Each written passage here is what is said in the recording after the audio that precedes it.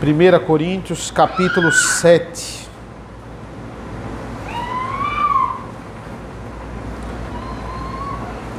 Esse é um capítulo bastante longo, são 40 versículos. Nós não vamos contemplá-lo nenhuma vez. Não, é tanta informação aqui, irmãos, e tanta teologia, que não dá nem para a gente contemplar perícope por perícope, né? A gente vai ter que dividir aqui. Hoje eu vou dos versículos de 1 a 9, porque são muitas as informações aqui nesse capítulo. Diz a palavra do Senhor a partir do versículo 1. Quanto ao que vocês me escreveram, é bom que o homem não toque em mulher. Digo que por causa da imoralidade, cada homem tem a sua esposa e cada mulher tenha o seu próprio marido. Que o marido conceda à esposa o que lhe é devido. E também, de igual modo, a esposa ao seu marido. A esposa não tem poder sobre o seu próprio corpo, e sim o marido. E também, de igual modo, o marido não tem poder sobre o seu próprio corpo, e sim a esposa. Não se privem um ao outro, a não ser talvez por mútuo consentimento, por algum tempo, para se dedicarem à oração. Depois retomem a vida conjugal, para que Satanás não tente vocês por não terem domínio próprio. E digo isso como concessão e não como mandamento. Gostaria que todos os homens fossem como eu. No entanto, cada um tem de Deus o seu próprio dom. Um, na verdade, de um modo, outro de outro. E aos solteiros e às viúvas digo que lhes seria bom se permanecessem no estado em que eu também vivo. Mas se não conseguem se dominar, que se casem, porque é melhor casar do que arder em desejos. Vamos orar? Senhor nosso Deus, nosso Pai, nós te agradecemos, Senhor, pela leitura da Tua Palavra, nós te agradecemos pelo Teu amparo, pelo Teu agir em nossas vidas. Abençoa agora para que nós possamos entender esse texto e qual a intenção de Paulo em escrever essas palavras. Nós possamos entender da forma correta, na interpretação correta. É isso que nós pedimos e agradecemos em nome do Teu Filho amado Jesus. Amém. Amém. Irmãos, apenas pela leitura e meditação dos capítulos 5 e 6 que nós já vimos aqui, nós passamos no texto de Coríntios, nós já entendemos que a igreja de Coríntios é uma igreja que sofre muito com problemas de impureza, né, de problemas de perversão sexual. A imoralidade estava sendo muito praticada na igreja e, ao mesmo tempo, estava sendo banalizada pela liderança. A liderança não estava ligando, por exemplo, naquele caso lá do homem que dormiu com a madrasta. No capítulo 5, ele vai dizer, olha, já no início do capítulo, ele vai dizer assim, olha, isso que vocês fazem, nem os gentios praticam, né? Nem entre os gentios está sendo visto isso que vocês estão fazendo.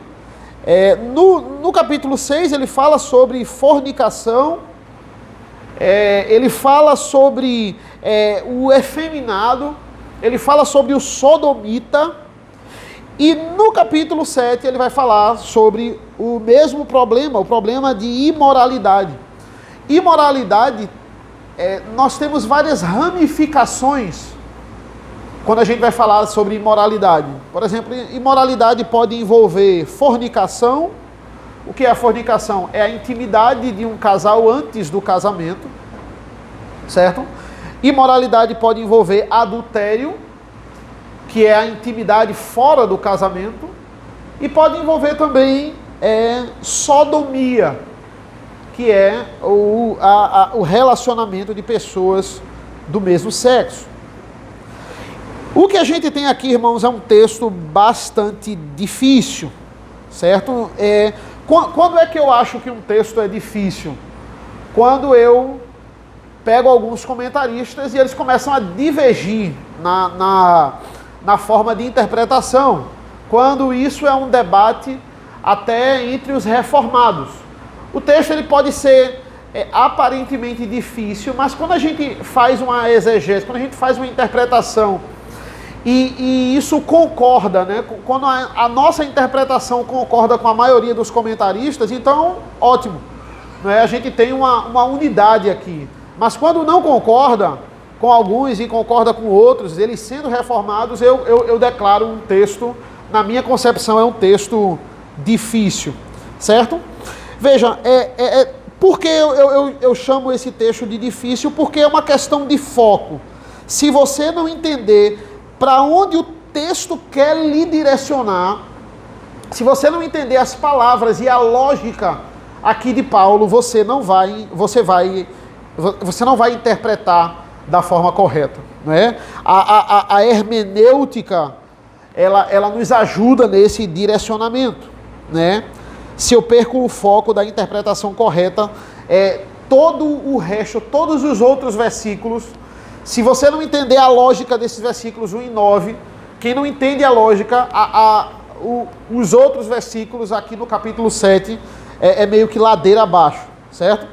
E aqui Paulo, ele nos fala sobre o matrimônio, né? Ele vai ter uma parte aqui nesses versículos, onde ele vai focar no seu matrimônio, ele vai focar nas funções do matrimônio, e o foco de Paulo é o seguinte, ele diz, olha, o matrimônio sendo praticado da forma correta, ele vai trazer pureza para o indivíduo, pureza para o casal e pureza para a igreja, se isso for praticado da forma correta. O Senhor mostra, né, que quando isso não é buscado, toda a igreja sofre. Olha o versículo 1. O versículo 1 em si, ele já é polêmico por ele mesmo, né?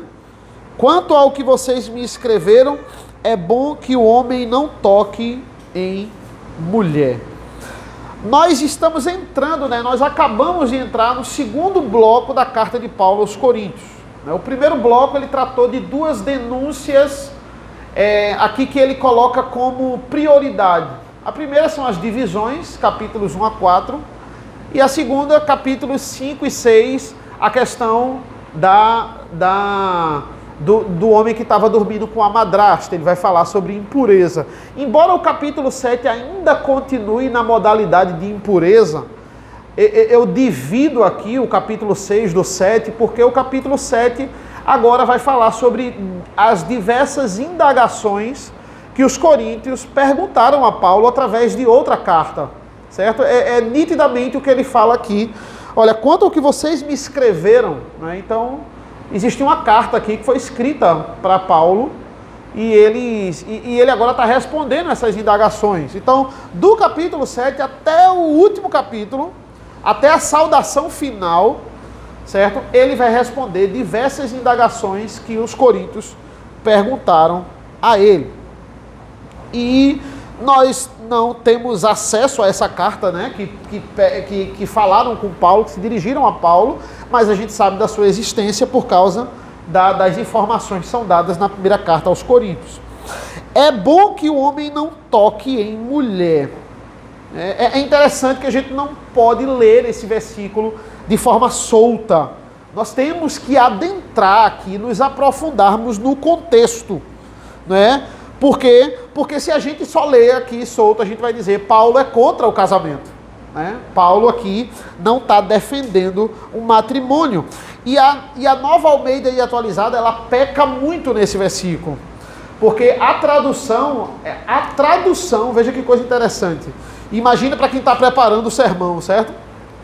Ela interpretou errado o contexto aqui. Por quê? Porque se você pegar na NAA, eu sei que todos não têm a NAA, mas ele vai dizer assim, ó, quando ao que vocês me escreveram, abre aspas, é bom que o homem não toque em mulher, digo que por causa da imoralidade, veja, parece que os coríntios afirmaram, isso aqui, é bom que o homem não toque em mulher. Quando vocês indagaram, abre aspas, é bom que o homem não toque em mulher, eu digo isso, não. Entenda, isso aqui não é o que os coríntios disseram, né? A tradução interpretou, e ela interpretou errado. Isso aqui concorda mesmo, a revista atualizada ela está certíssima quando ela não bota essas aspas. Isso aqui é uma afirmação de Paulo. Paulo está dizendo, quanto a que vocês me escreveram, é bom que o homem não toque mulher. É Paulo que está falando. Certo? Você fica chocado, né? É Paulo que está dizendo isso, é bom que o homem não toque mulher. Não seria mais lógico os coríntios estarem dizendo isso do que Paulo? Mas não, aqui é uma recomendação do apóstolo. E vamos entender por que ele falou isso aqui. A primeira coisa que a gente deve entender por que ele falou isso aqui, nós precisamos defendê-lo. Eu vou ser o advogado de Paulo aqui quando eu digo que Paulo não é contra o matrimônio. A primeira coisa que a gente tem que estabelecer é isso, certo? Ele vai dizer isso aqui, mas ao mesmo tempo ele não é contra o matrimônio. Ele não pode ser contra o matrimônio, senão ele vai estar contradizendo a própria Escritura. Entenda que essas divisões de Pedro, Paulo, Cristo e Apolo no meio da igreja não eram só focadas no líder, certo? Alguns comentaristas vão dizer que muitos diziam assim, olha, por Paulo e Cristo terem o dom celibatário, a gente diz, terem o dom do celibato, alguns diziam, olha, os seguidores de Paulo diziam assim, nós temos que ser igual a Paulo, não casar, porque é certo que para viver no ministério não pode casar. As pessoas que seguiam a Paulo, eles iam nessa direção. Eles eram contra o casamento, porque Paulo não tinha casado, porque Cristo não tinha casado. Já os de Pedro diziam, não, Pedro é apóstolo e é casado. Então se Pedro é casado, então não tem problema ser apóstolo. Então, aí os de Pedro já era errado também, porque eles diziam assim, não era que pode casar, tem que casar. Se não casar é pecado. Se não casar, está em pecado. O casamento é obrigatório. Então existia divergência até nisso. Uns, não é para casar. Paulo não casou, então eu não vou casar. Não, é para casar, porque Pedro casou, tem que casar. Se não casar, se morrer sem casar, está em pecado. Essa era a grande divergência no meio da igreja. E outros não levavam o casamento sem tanta relevância assim. Levavam o casamento como algo indesejável. Paulo vai dizer, é bom para o homem não casar. Poxa, que impactante. Porque ele está dizendo que o homem não toque em mulher, o homem só pode tocar na mulher se ele casar. Então ele está dizendo literalmente, é bom que o homem não case. Aqui ele está respondendo a seguinte indagação. Casamento é obrigatório? E a primeira coisa que nós devemos entender é que Paulo está dizendo assim, olha, casamento não é um mandamento. A gente tem que entender isso.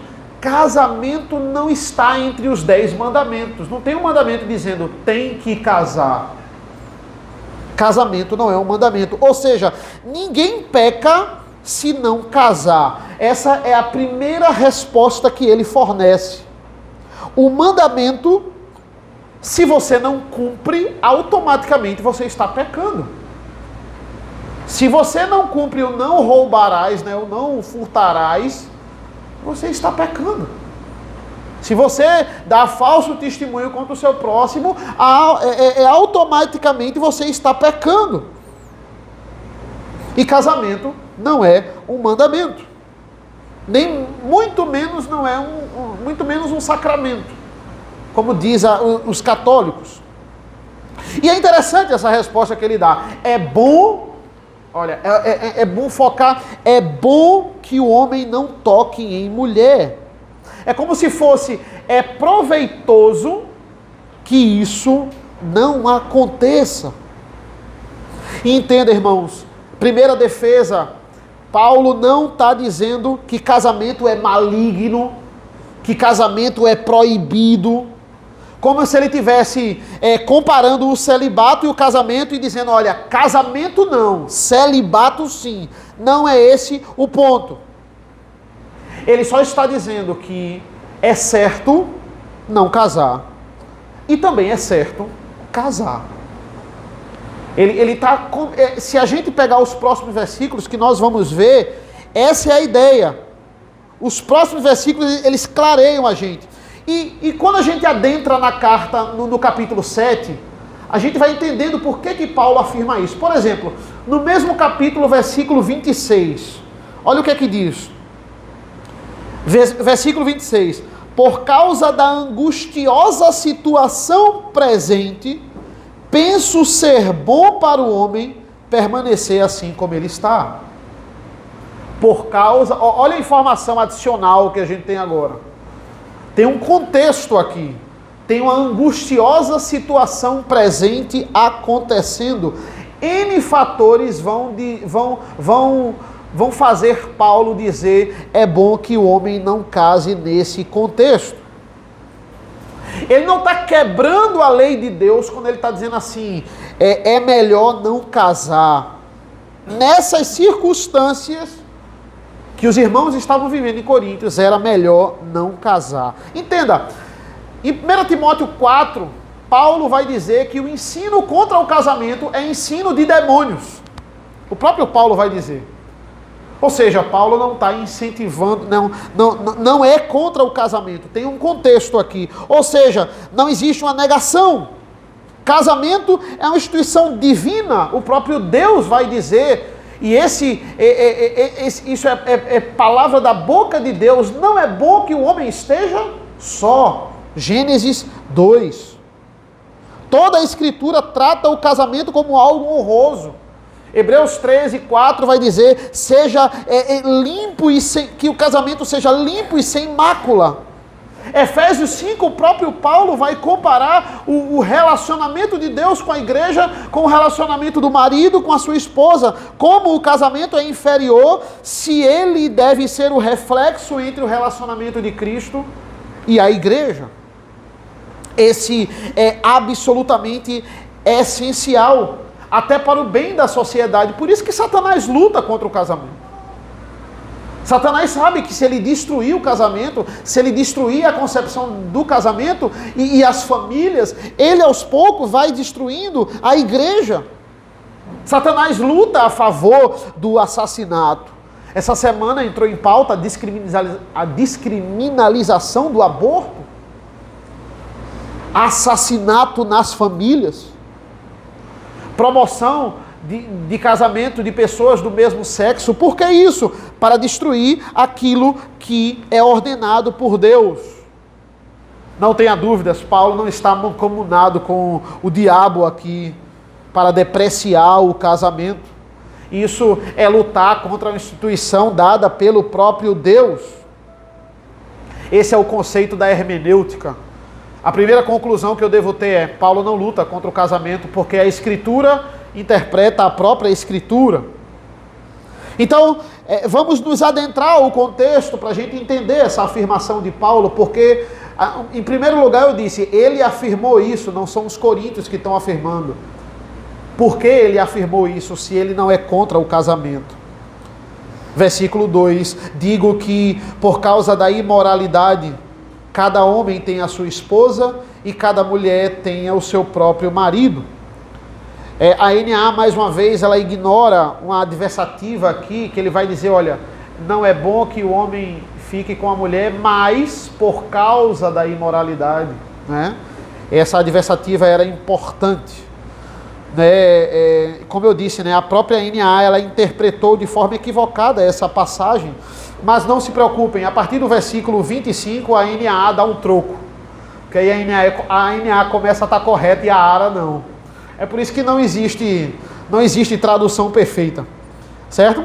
Então, o que é que ele está dizendo com isso? Ele está dizendo assim, olha, é bom que cada homem tenha a sua esposa e cada esposa tenha o seu marido. Evite a fornicação. Fuja dela. A regra que ele está estabelecendo é simples, olha, o homem ele deve ter uma esposa, a mulher deve ter o seu esposo e vice-versa. Como é que ele disse isso se no versículo 1 ele está dizendo que não é bom que o homem toque em mulher? Vamos para frente.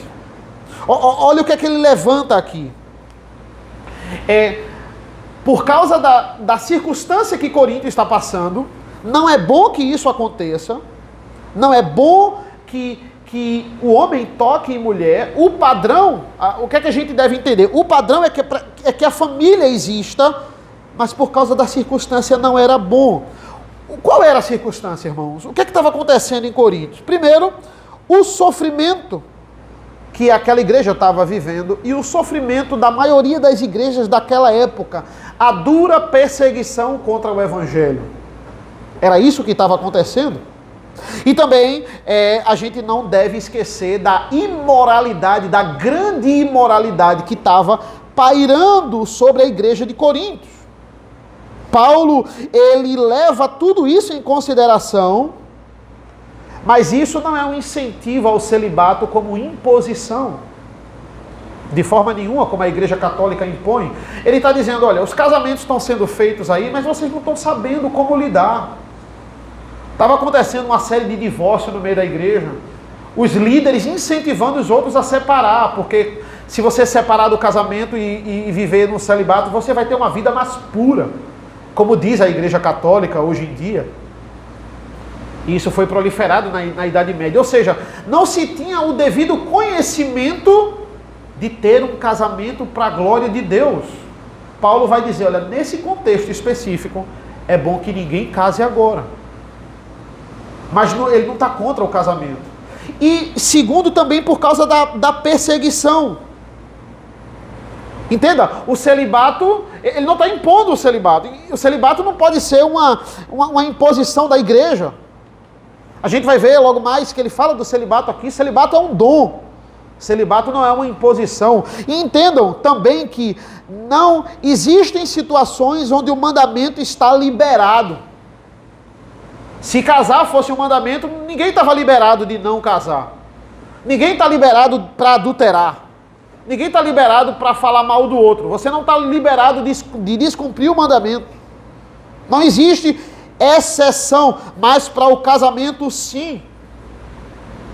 Essa exceção pode existir, mas entenda que a exceção, no caso desse contexto aqui, é o celibato e não o matrimônio. Paulo vai exaltar isso como exceção. Exceção aqui seria o celibato e não o matrimônio. Ele está incentivando o celibato por causa da situação específica da igreja. Existe um princípio. Não é bom que o homem esteja só.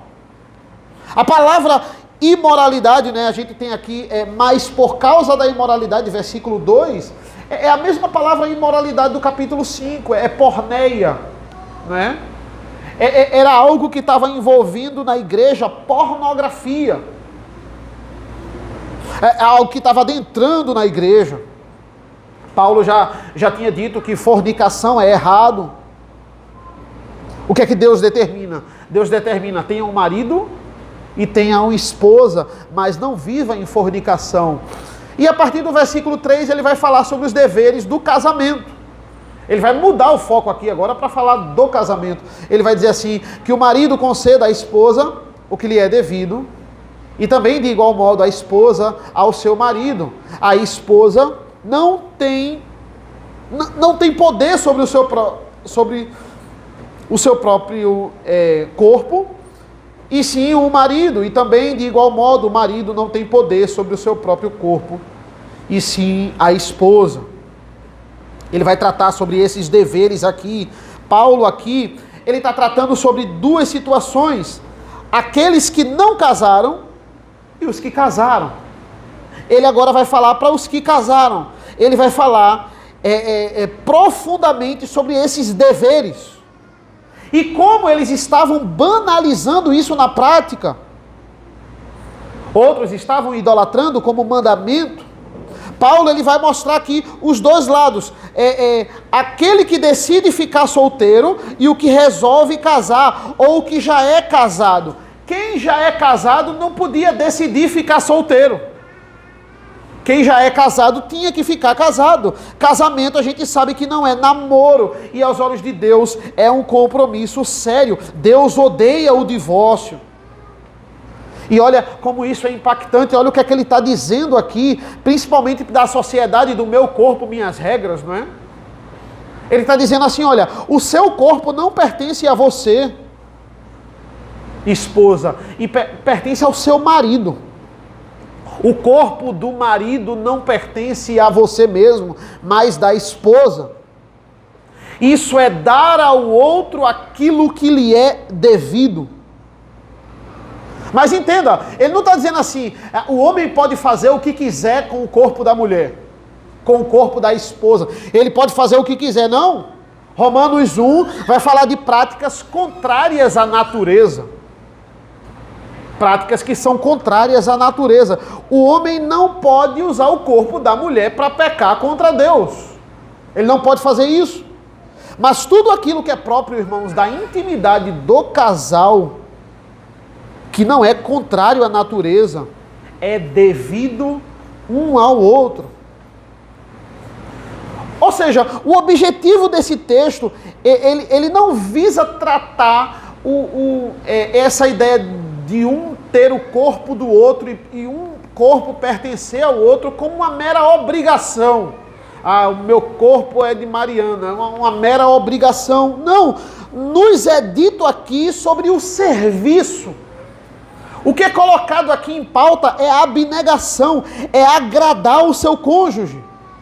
Não é simplesmente como uma obrigação, é uma vida em busca de agradar o outro. A minha vida é da minha esposa, a vida dela é minha. Se ela é dona do meu corpo, eu devo me doar para ela em todos os sentidos. É buscar fazer o outro feliz. Isso reflete diretamente a Cristo e o seu sacrifício para com a igreja. Isso reflete diretamente a forma como Deus guia e protege e estabeleceu a sua igreja. A questão aqui não é o marido só pensar em si mesmo. Quando Paulo diz assim, o corpo da sua mulher pertence a você, ou a esposa só querer se agradar, dizer assim, o corpo do seu marido é seu. Não, não é um mandamento. Paulo está deixando claro isso. Mas é um compromisso muito sério diante de Deus. Por isso que é um grande mal. Por isso que é um pecadão. É um grande pecado. O homem ou a mulher, ele romper isso e ele se deitar com outra mulher. Ou ele se deitar com a sua pretendente ou o seu pretendente antes do casamento. Isso é quebra da lei de Deus. Veja o versículo 4. A esposa não tem poder sobre o seu próprio corpo, e sim o marido. E também, de igual modo, o marido não tem poder sobre o seu próprio corpo, e sim a esposa. Muitos olham para esse texto e alegam Paulo ser machista. Não, Paulo é um machista, mas isso não faz sentido. Paulo ele tá deixando claro aqui que essa tarefa é mútua. Ela não envolve só o homem, ela envolve a mulher também. Paulo, ele ordena o marido lá em Éfeso amar a esposa como Cristo amou a igreja e a esposa ser submissa. Paulo, em nenhum momento, ele trata a mulher como inferior. Aquilo que é meu deve ser para o bem dela, aquilo que é dela deve ser para o meu bem. É mútuo.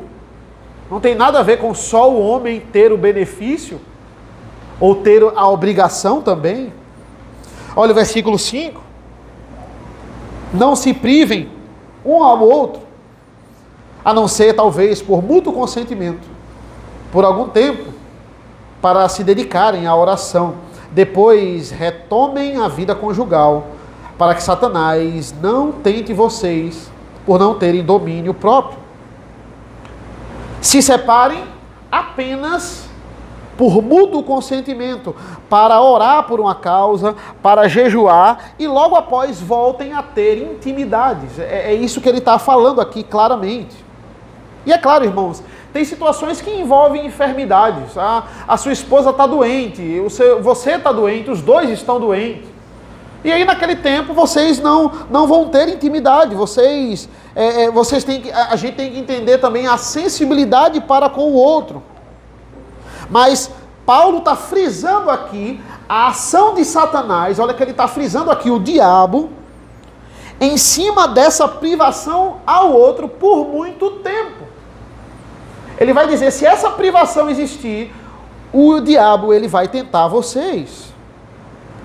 Existem casos que de uma grande enfermidade, e aí por causa de uma grande enfermidade de uma das partes, você tem que ficar um bom tempo sem ter intimidade com seu casamento, com seu esposo ou sua esposa. Tem situações também de doença, de um acidente, né? Aqueles casais que a gente vê na internet de um acidente, e agora por causa disso o marido agora vai ter que cuidar da esposa, que vai ficar prostrada na cama talvez a vida toda, e são situações trágicas de fato, né? Existem essas situações ou outra. O que é que uma pessoa, né, o que é que eles devem fazer? Eles devem buscar Deus, eles devem buscar o Deus da promessa, eles devem pedir ajuda a eles.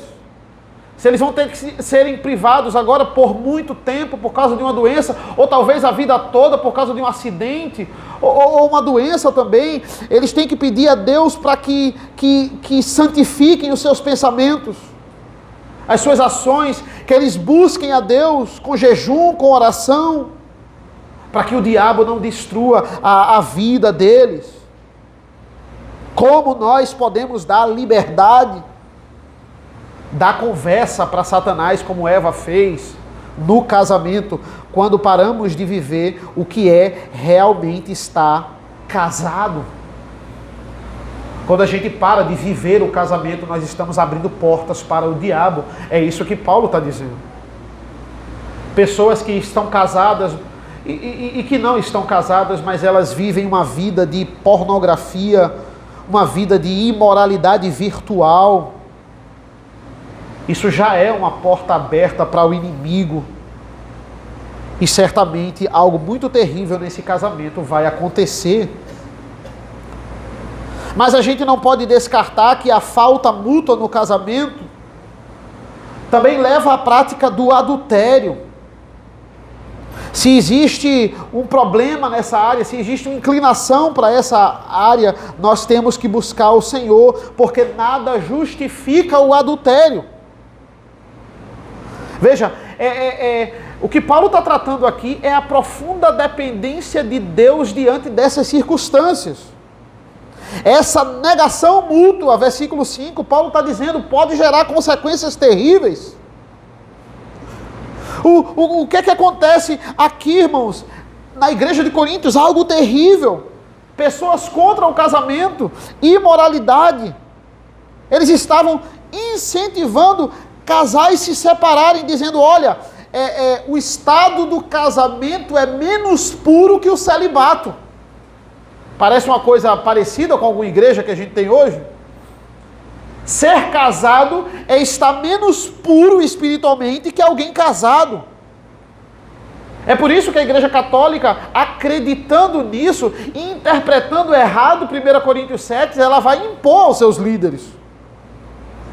Por que os seus líderes não devem casar? Para manter a pureza no serviço da igreja. Eles alegam e eles dizem, assim como a noiva de Cristo é a igreja, a noiva do padre também deve ser a igreja.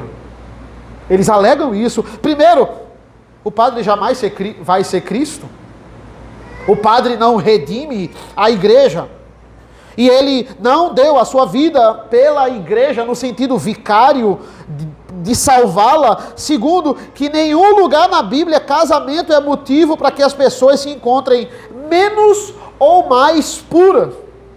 Porque teve a intimidade mútua, eles atrelam a intimidade mútua a você adquirir ali uma menos pureza. Eles atrelam essa intimidade à impureza. Imoralidade dentro do casamento, imoralidade esposo com esposa, essa intimidade é imoralidade? Não, de forma nenhuma. Esse é um erro de interpretação muito grave. Na igreja de Corinto, quando você se separava, você era tido como uma pessoa mais espiritual. Porque eles diziam assim, vocês não cuidam, ele parou de cuidar das coisas da carne. Ele agora vai começar a cuidar das coisas do Espírito. Não existe nada mais terrível, irmãos, na história da igreja, do que os escândalos em conventos e mosteiros. principalmente ali na Idade Média, o que corria solto de imoralidade, de prostituição. Nada pode ser mais estranho à igreja que o apogeu da Igreja Católica na Idade Média. Nada é mais... A Igreja Católica na Idade Média, nada é mais contrário ao conceito apostólico. É uma completa ruptura, por isso que precisou existir uma reforma, para que as pessoas voltassem às Escrituras. Veja o versículo 6. E digo isso como concessão, e não como mandamento. Gostaria que todos os homens fossem como eu. Como assim, Paulo? A gente pergunta para o texto, né? Como assim? Gostaria que todos os homens fossem como eu? Paulo era um celibatário. Que informação é essa? Versículo 7 ainda. No entanto, cada um tem de Deus o seu próprio dom. Um, na verdade, de um modo, e outro de outro. É interessante porque aqui ele acrescenta algo que ele não tinha dito antes. Versículo 6, ele vai dizer que, olha, se permanecer solteiro, é uma concessão. Assim como o casamento não é um mandamento.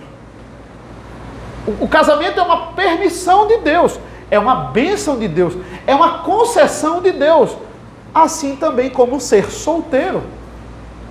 É uma permissão, é uma concessão de Deus. Ele agora adiciona uma informação crucial. Olha, para eu casar, eu preciso ter o dom.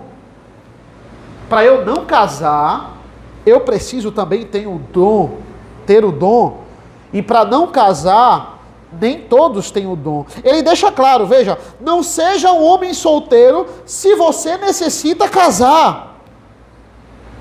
Ele está deixando claro aqui no versículo 7 que o celibato é um dom, não é uma imposição. E não é todo mundo que tem um dom. Uns têm um dom, outros têm um dom para outra coisa. É exatamente o que ele diz no versículo 7. No entanto, cada um tem de Deus seu próprio dom. Uns, na verdade, de um modo e outros de outro. Mas veja o versículo 6, né? É um versículo muito discutido entre os comentaristas. Ele diz assim, né? Ele vai dizer assim, ser uma concessão e não ser um mandamento, o casamento, né? Alguns dizem, e erradamente eu acredito, alguns comentaristas vão dizer assim, e essa é a grande divergência. Ele vai dizer assim, ó, o versículo 6 está falando do versículo 5. Ele está falando do momento que o casal vai ficar brevemente ali separado e depois eles voltam para que Satanás não tente eles. Aí ele vai dizer no 6, mas isso é uma concessão e não um mandamento. Eu não acredito, certo, irmãos, pela interpretação, e por isso que é difícil, que eu tenho desse texto, eu não acredito ser isso aqui, não. Ele não está falando da concessão e não o mandamento, a situação específica do versículo 5. Eu entendo que ele está falando, na verdade, do versículo 2 e 5 como um todo. Ele está falando do casamento como um todo, e não da situação específica dentro do casamento, versículo 5. Ele está falando do casamento como um todo. Ele está dizendo, olha, o casamento é uma permissão e não um mandamento.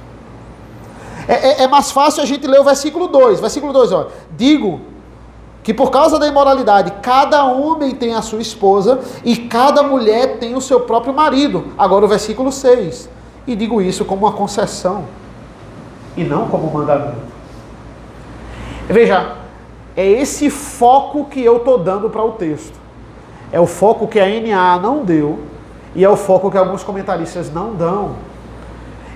Por que eu estou dando esse foco? Porque Paulo ele está construindo uma ideia para a gente. Ele está dizendo assim, casamento é permitido, celibato é permitido. Ambos glorificam a Deus. Casamento é uma concessão, celibato é uma concessão. Veja, a ideia é essa. Ele vai dizer no versículo 7, né? Ele vai dizer, um tem dom para uma coisa e outro tem dom para outra. Ele está dizendo, os dois são bênçãos de Deus. Entenda, na história da igreja é óbvio, o dom para o casamento era uma coisa mais geral. É um dom que a maioria tem. Nem todos têm o dom do celibato.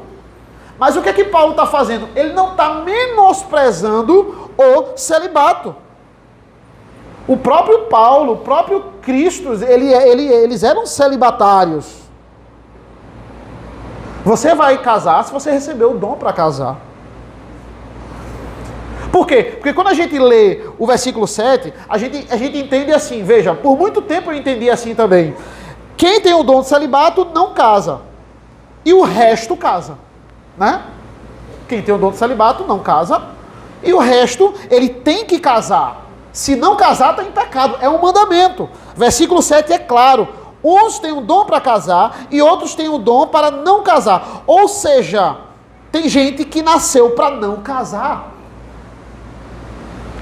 Tem gente que nasceu para não casar. Quem nasceu com o dom do celibato nasceu para não casar. Qual é o correto na lógica aqui do texto? Quem tem o dom do celibato não casa. E o resto tem o dom do casamento. Entende? Aqueles que não têm o dom do celibato automaticamente têm o dom do casamento. Tem um dom para casar. O princípio é, casamento não é um mandamento, é uma permissão de Deus. Mas qual é o princípio geral que Deus estabeleceu? Por quê? Porque a maioria tem o dom de casar. Não é bom que o homem esteja só. Por que Paulo afirma nesse contexto que não era bom que o homem tocasse mulher? Porque os casamentos na igreja de Corinto não estavam dando certo. Fornicação, como eu falei, adultério. É como se Paulo está dizendo, olha, naquele momento, vocês não têm minha bênção para casar. Porque vocês precisam entender o que é casamento. Eu estou evitando grandes pecados no meio da igreja. Essa é a ideia aqui. Mas, ao mesmo tempo, ele frisa que não é errado casar. Mas também não é errado ficar solteiro. Você precisa descobrir o dom que Deus lhe deu. Isso causa espanto para nós. Esse foco aqui que eu estou desenvolvendo e que muitos comentaristas desenvolvem. Isso aqui não é uma tese só minha não, tá? Pelo amor de Deus. Paulo está colocando no mesmo pé de igualdade o celibato e o casamento. Ambos são permissões e ambos não são mandamentos. Eu entendo essa ser a hermenêutica correta aqui do que Paulo está falando. Eu acho errado você exaltar mais o casamento e menosprezar o celibato após ler esse texto. E por que eu digo isso? Porque, novamente, a Igreja Católica ela eleva o celibato. Enquanto algumas igrejas elevam o casamento, a Igreja Católica ela eleva o celibato. Os seus líderes não podem casar. Eles vão ser mais puros se eles não casar. E essa imposição diminui o casamento. Ora, se para eu ser mais puro eu não caso, por que eu vou casar? Né? Veja que coisa interessante. Olha a estratégia da Igreja Católica. Como eu não trato o casamento como impuro, se eu ordeno que as minhas autoridades, para serem santas, elas não devem casar, eu torno o casamento um sacramento. Tornar o casamento um sacramento foi muito mais uma jogada política do que uma interpretação religiosa ou teológica. Como é que eu não menosprezo o casamento se os meus próprios líderes eu digo que para serem mais puros não é para casar? Eu digo que a partir de agora o casamento é um sacramento. Para que os fiéis vejam o casamento como algo bom e eu consiga driblar aqui a imposição que os líderes não podem casar para ser mais santo, eu digo, olha, é um sacramento e os membros da igreja têm que cumprir o sacramento. Mas olha a incoerência deles mesmos. O sacramento é para englobar toda a igreja, não é só os membros não, os líderes também. Olha a heresia atrás da heresia. Como é que eu torno o casamento um sacramento por uma jogada política, mas ao mesmo tempo eu caio na minha própria heresia, porque como é que a liderança não participa de algum sacramento? Se é um sacramento, toda a igreja tem que participar. Não é só a membresia. É uma grande incoerência. É uma grande incoerência. Mas no fundo, na prática, eles estão dizendo, somos mais puros do que vocês. Porque se para liderar a igreja eu tenho que me abster do casamento, aquilo ali para eles na prática, né, a intimidade do casal é vista como um atrapalho à vida espiritual. Ora, muitos discípulos de Paulo casaram, né? Nunca foi ordenado não casar. O próprio Pedro era casado. Lá em Lucas 4 é mencionada a sogra de Pedro. E quem tem sogra, tem esposa. Como o casamento é uma imposição, se Paulo era celibatário, mas Pedro era casado. Como é que é uma imposição? É porque Paulo tinha o dom do celibato. E Pedro tinha o dom do casamento. Mas agora eu foco na frase de Paulo no versículo 7. Algo que me incomodou, particularmente, digo a vocês, e me perturbou a semana toda. Tá bom, Paulo, você me convenceu, mas por que você ainda diz assim, gostaria que todos os homens fossem como eu? Calma, Paulo, né? Você é celibatário.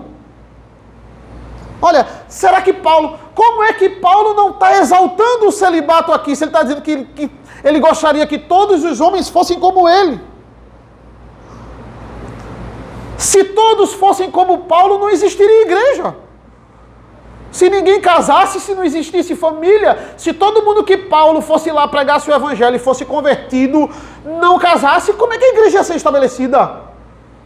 Como é que Paulo diz isso? Será que é a opinião dele aqui? Como é que pode ser a opinião dele se está na Escritura? Se está na Escritura é revelação de Deus. Como pode? E aí quem me salvou foram dois comentaristas. Primeiro foi o Charles Hodge. Ele vai dizer o seguinte, que o contexto não podia ser descartado. O contexto aqui também era um contexto de perseguição. Se nesse contexto, né, se os homens não... Veja, é que Paulo está dizendo, o que é ser igual a ele? Não ter família. Quem não Charles Hodge vai dizer assim, olha, quem não tinha família era mais fácil de escapar. Por quê? Porque não dependeria da esposa, dos filhos. Para você se locomover diante da perseguição era mais... não é que era mais fácil, era menos difícil. Porque se para Paulo era difícil e ele mesmo, sem casar, sem ter filhos, foi pego, imagina para alguém que tinha 5 filhos, que tinha 3 filhos e a esposa. Era muito mais fácil ser pego. Ele está dizendo assim, ó, nesse contexto da perseguição, eu queria que todos os homens fossem como eu. Mas esse argumento não me deixou satisfeito. Por quê? Porque mesmo assim, se isso acontecesse, não teria igreja, Paulo. Eu sei que você está vendo a questão da perseguição, mas as pessoas têm que ter filhos. Tem que crescer e multiplicar, isso é um mandamento. Como é que pode, Paulo? Eu até pensei se eu não estava passando as escrituras. Olha, será que eu tô querendo forçar o texto aqui? Mas aí o Gordon Fee, ele me salvou mais ainda. Porque o comentário do Gordon Fee é um comentário mais exegético, né? O do Charles Hodge é muito bom, as aplicações dele são excelentes, mas o do Gordon Fee, ele gasta 5 páginas num versículo só, é bem detalhado. E aí o Gordon Fee falou o seguinte, ele reformula essa afirmação de Paulo. Ele vai dizer assim, olha, esse comentário aqui de Paulo, eu gostaria que todos fossem como eu, é a prova viva de que casamento não é um mandamento. Ele está dizendo assim, olha, Gordon Fee vai reformular, ele vai dizer assim, olha, eu queria que todos os homens experimentassem a bênção de ser um celibatário e viver para o Evangelho. Ele está dizendo assim, ó, como é bom ser um celibatário. Eu queria que todo mundo, que todos os homens experimentassem um pouco o que é ser um celibatário e viver só para o Evangelho. O que é que Gordon Fee vai ressaltar? Paulo gostava de ser um celibatário. Não era um peso para Paulo ser um celibatário, porque ele tinha o dom. E aí o Gordon Fee vai dar uma nomenclatura para o dom do celibato. O que é o dom do celibato para Gordon Fee? É um dom peculiar de estar livre do desejo ou da necessidade de satisfação sexual, o que lhe permite viver sem nenhuma necessidade de casamento. Já os que têm o dom de casamento sentem essa necessidade. Mas também tem outras, porque casamento não se resume a isso. Quem tem o dom de casar, ele tem vontade de constituir família, ele tem vontade de ter filhos, ele tem vontade de liderar o seu lar, ele tem vontade de tudo isso. Se você tem essa vontade, você tem o dom para o casamento. Por isso que eu disse, esse é um dom mais geral, porque a maioria da sociedade tem. Eu quero ter um filho, eu quero criar ele aos pés do Senhor, eu quero passar o evangelho para ele, eu quero que a minha família, ela glorifique a Deus. Se você tem essa vontade, você tem o dom do casamento.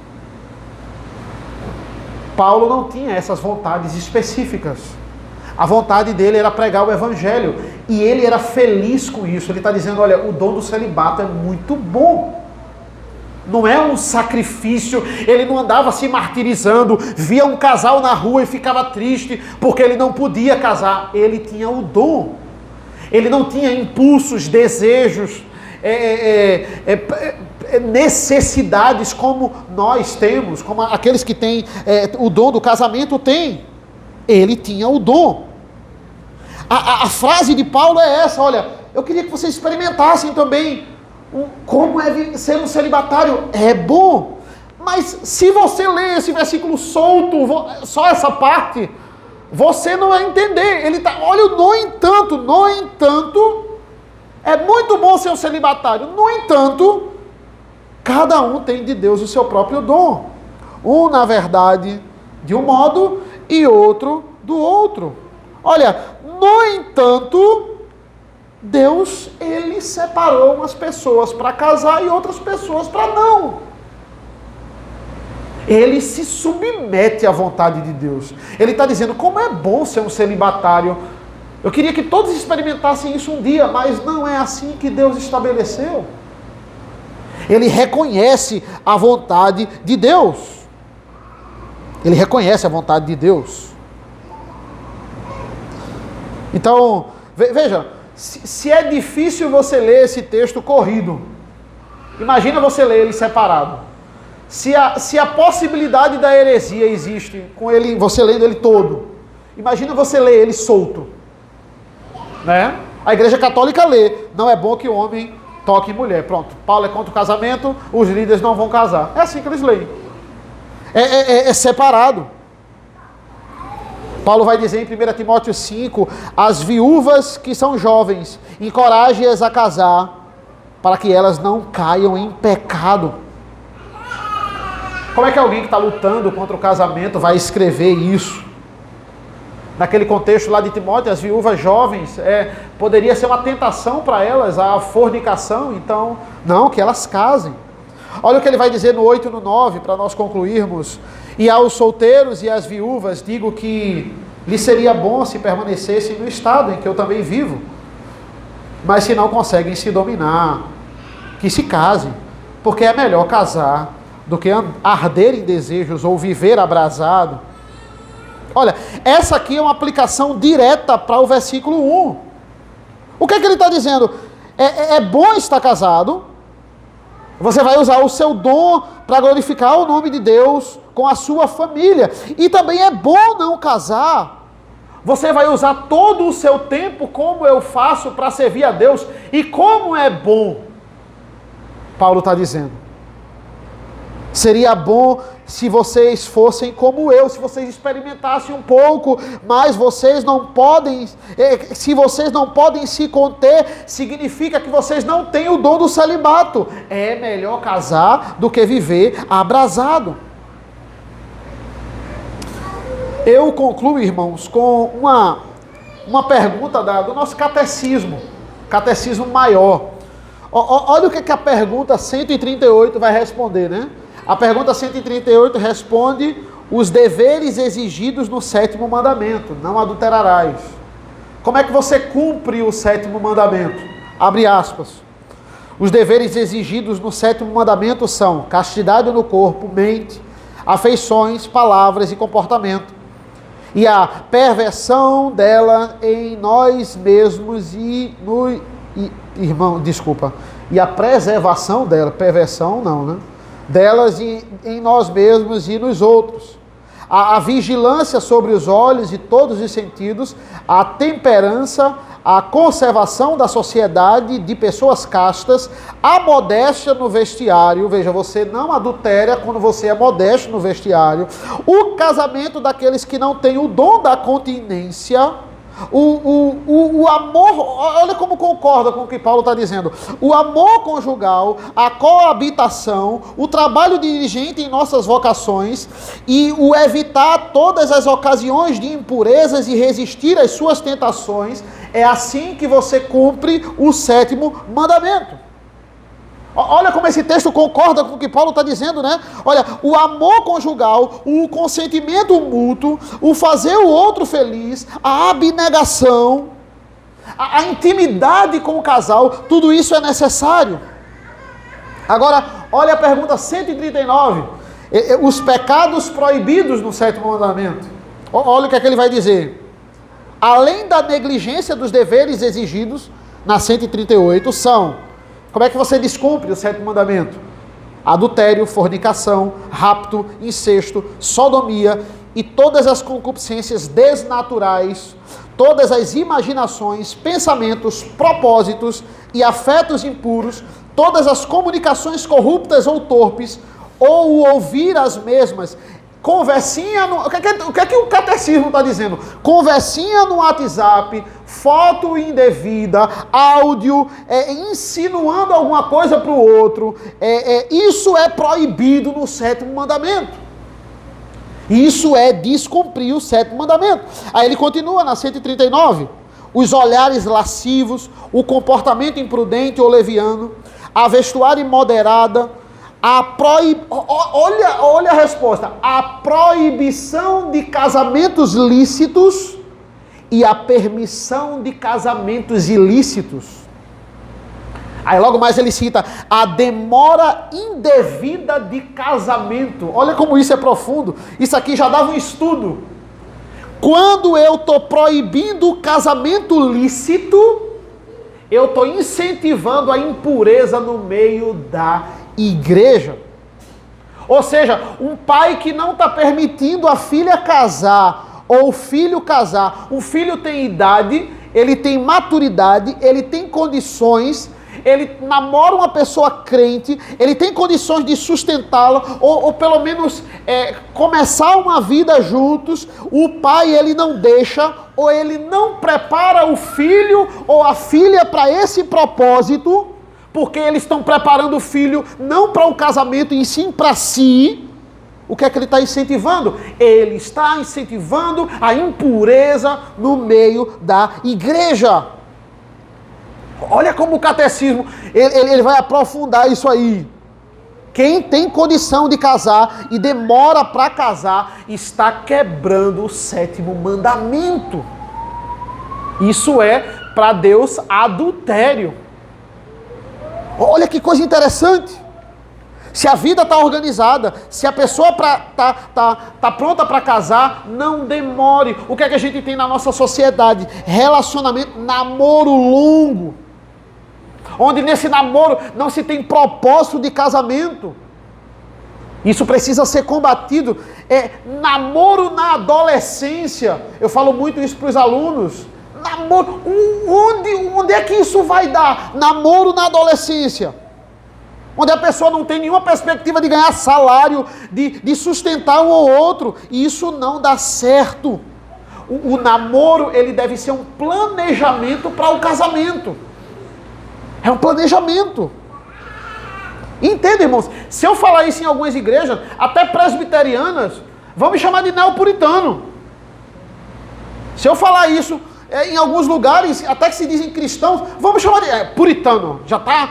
Quer que o menino com 18, 19 case. Isso é um puritanismo, isso é neopuritanismo. Isso é o catecismo que a igreja presbiteriana subscreve. Isso está na resposta do catecismo. Isso não é neopuritanismo, isso é bíblico. O que é imoralidade hoje? O que é imoralidade hoje o mundo trata como arte. São danças imorais, comportamentos pornográficos, vestimentas terríveis. O mundo trata isso como belo. Para o mundo isso é arte. O mundo está bombardeando as nossas igrejas e a nossa sociedade com a impureza. Paulo vai dizer, é melhor casar do que viver abrasado. Isso visa a santificação da igreja, seja no celibato, seja no casamento. Os dois visam a santidade dos servos de Deus. Irmãos, veja, sobre casamento é um prato cheio esse capítulo. Por isso que eu passei essa lógica de Paulo, porque nessa lógica a gente vai poder entender o que ele vai levantar nos próximos versículos. E aí a gente vai falar sobre outros pontos do casamento no próximo domingo. Amém? Vamos orar. Senhor nosso Deus, nosso Pai, nós te agradecemos pela leitura da Tua Palavra, nós te agradecemos porque a Tua Palavra nos instrui, como ela é atual, como ela é viva em nossas vidas. Muito obrigado, Senhor. Obrigado porque nós podemos aplicar esse maravilhoso Evangelho, os Teus preceitos, os Teus estatutos, os Teus mandamentos em nossas vidas, a Tua lei. Obrigado, Senhor. Obrigado porque o Senhor nos dá essa rica oportunidade e abençoa o nosso dia, abençoa o dia do Senhor. É isso que nós pedimos e agradecemos em nome do Teu Filho amado Jesus. Amém. Vamos ficar de pé, meus irmãos. Vamos louvar ao Senhor como hino de resposta, o salmo como hino de resposta.